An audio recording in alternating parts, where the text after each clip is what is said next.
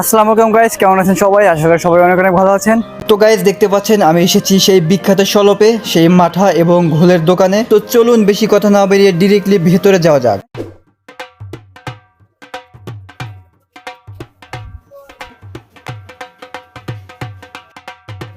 তো গাইজ চলে আসলাম ভেতরে। ফাইনালি আমাদের মাঠা অর্ডার করা শেষ। এখন আমাদের যার যার আসন গ্রহণ করে বসতে হবে।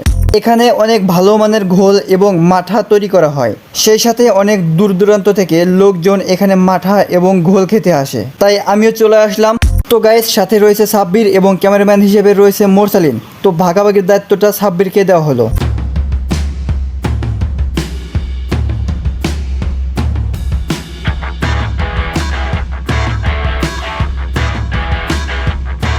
ফাইনালি আমাদের মাঠটা খাওয়া শেষ, আর আমাদের সামনে সবচেয়ে সুন্দর একটা জিনিস, সেটা হচ্ছে রেল লাইনের রাস্তা। খুব ভালো লাগতেছে।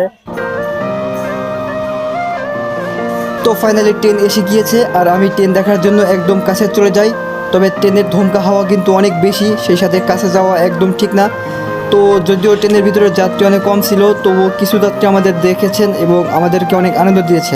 আর পিছনে তো মাঠার দোকান।